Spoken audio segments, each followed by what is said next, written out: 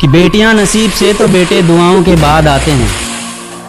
अजी हम लड़के हैं जनाब, हम कुछ जिम्मेदारियों के साथ आते हैं। आधी उम्र जिम्मेदारियां समझने में गुजर जाती है तो आधी उसे निभाने में। पूरा बचपन किताबों में गुजरता है तो जवानी कमाने में। ये जिम्मेदारियां उम्र के साथ बढ़ती है, ये बुढ़ापे में भी कम नहीं होता। अजी कौन कहता है जनाब हम लड़कों की जिंदगी में कोई गम नहीं होता। कभी बेटा बनकर तो कभी बाप का फर्ज निभाना पड़ता है। कभी खाने के लिए नखरे होते हैं तो कभी खाली पेट भी चलाना पड़ता है। कभी माँ की गोद में सोते हैं तो कभी जिम्मेदारियों की बोझ में। कभी नौकरी की तलाश में रहते हैं तो कभी सुकून की खोज में।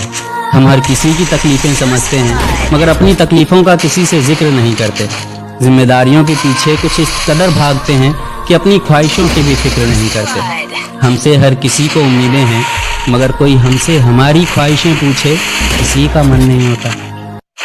कि बेटियां नसीब से तो बेटे दुआओं के बाद आते हैं। अजी हम लड़के हैं जनाब, हम कुछ जिम्मेदारियों के साथ आते हैं। आधी उम्र जिम्मेदारियां समझने में गुजर जाती है तो आधी उसे निभाने में।